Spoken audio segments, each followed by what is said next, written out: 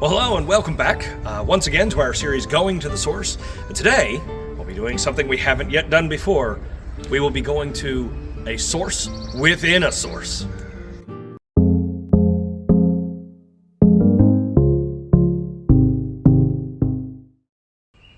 So in today's Going to the Source, we're going to take a look, yet again, at Captain John Smith, and specifically look at the line that he is perhaps most known for, or at least most quoted. It is almost always misquoted and frequently taken out of context. It is very often assumed that he is referring to or addressing lazy gentlemen, which are somewhat of a mythology that we'll address in another video, and in fact is addressing unskilled workers in this particular instance. But in going to our source, we have our complete works of Captain John Smith, and of course the line that we are all so very familiar with, we know anything about Captain John Smith, is the, you don't work, you don't eat line, right? And again, the wording of it is so frequently misquoted. What we actually see is this: in showing his countrymen by them how he was used, feeding them with this law, who would not work must not eat. So there we have it. And it's a basic concept.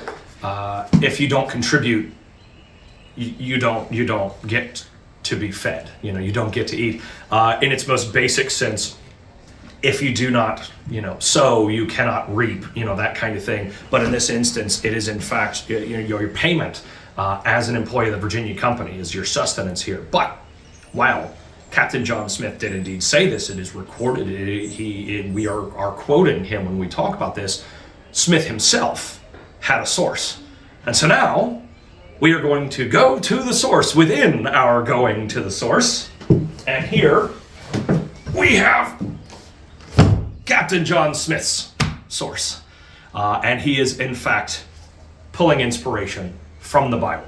Now, in this instance, it should be noted we are working with a copy of the King James Version of the Bible, which was commissioned in 1604 but not published until 1611. So in fact, the colonists who Smith was addressing more likely would have been familiar with the Bishop's Bible or the Geneva Bible, some of the translations that would have been available in English at that time. But essentially the same text. And we will be going to 2 Thessalonians here, and looking at chapter 3 and verse 10, where it says, "For even when we were with you, this we commanded you, that if any would not work, neither should he eat. For we hear that there are some which walk among you disorderly, working not at all, but are busybodies. Now them that are such we command and exhort by our Lord Jesus Christ, that with quietness they work and eat their own bread." Now, essentially what we've got here is the citizenry here essentially relying on charity, believing that Christ's coming is imminent. They've quit working. They're living on charity, and they're being admonished and told, no, you need to contribute. Get back to work. If you don't work, you shouldn't eat. This, you got to earn your keep, kind of thing.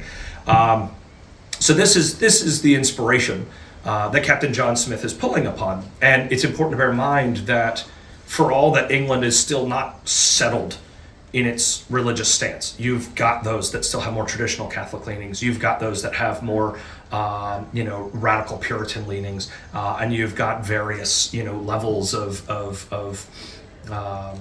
the Anglican faith as well. So they're not necessarily all 100% on the same page. They still share a common faith. They still share a common familiarity with this word. And while Smith laying down this edict is saying, it's often used to say, oh, look at his authority that he can say, make up rules and deal strictly with those that aren't pulling their weight and that kind of thing. I think honestly more what we're seeing here is kind of the limits of Smith's authority. And the fact that he's having to appeal to a higher authority. He's saying, hey, you may not respect my authority, but we all know where this comes from, and you have to respect this authority. And if you don't work, you don't get to eat. Now, when we take a look at these sorts of sources,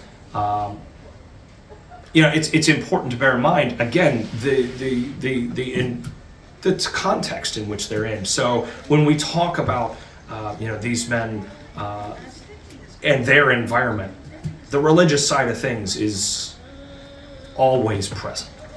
These folks are living day in, day out with this aspect of their lives, at the forefront. So it's important when we talk about these sorts of things to understand the sources that they themselves are drawing on, which is why, again, we've done this source within a source. Hope you folks have enjoyed this today. And if so, give us that like. If you haven't already subscribed, leave a comment if you'd like, and we'll catch you next time.